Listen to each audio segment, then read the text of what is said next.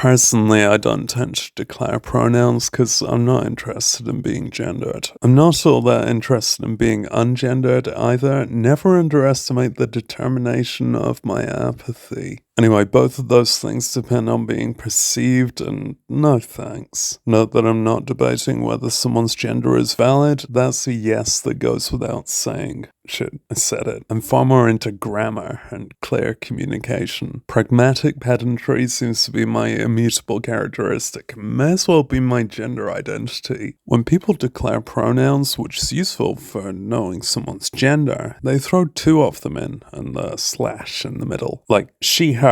They, them. I swear there's another one. So the first one is nominative form, then a slash, then the objective one. That's the format. It's worth declaring these because sometimes you'll refer to someone by name, then want to refer to them again without naming them, and then you'll use a pronoun. And some people use more than one set of pronouns, maybe because they're figuring themselves out, or what they use in different situations, or they kind of don't mind. I don't know. Ask them. Don't ask them.